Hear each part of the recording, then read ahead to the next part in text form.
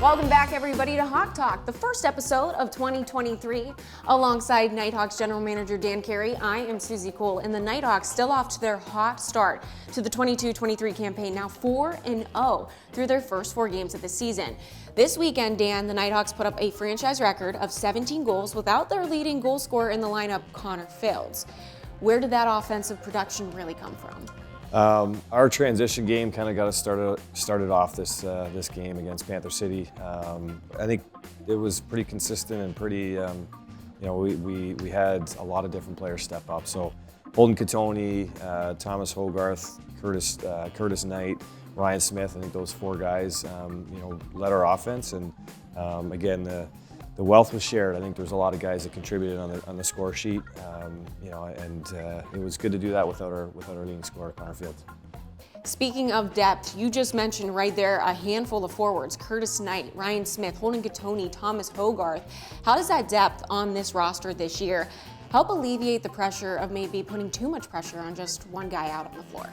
And that's our main goal, is to have that type of depth. And if we have one player that isn't able to play or is injured or isn't on that night and not contributing as they'd expect to be, you have other guys to step up. So that's what we're building towards, is having the type of depth that if you're missing a few players in the lineup, other guys are able to contribute and chip in. And again, a full team effort is what we need to win in this league. And it showed, I don't think we played great maybe the first quarter, first half, but it showed that guys are able to step up and contribute, and in the absence of another player that had been, having success early on in the year.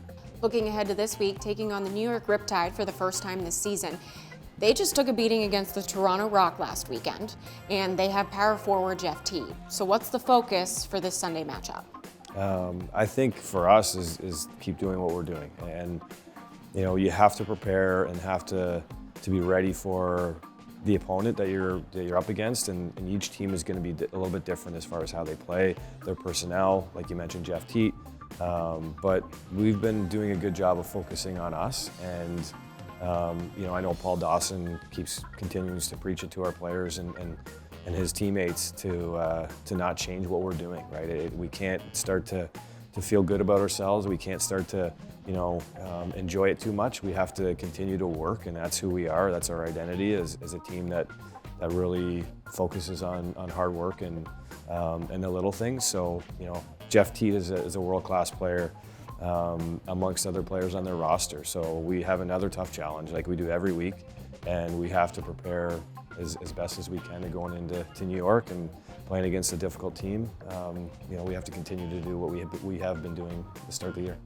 The hard work continues for the Knighthawks this weekend as they hit the road to take on the New York Riptide on Sunday at 3 p.m. That was another episode of Hawk Talk. Dan, thanks for joining me. Good luck this weekend, and we'll see you next time.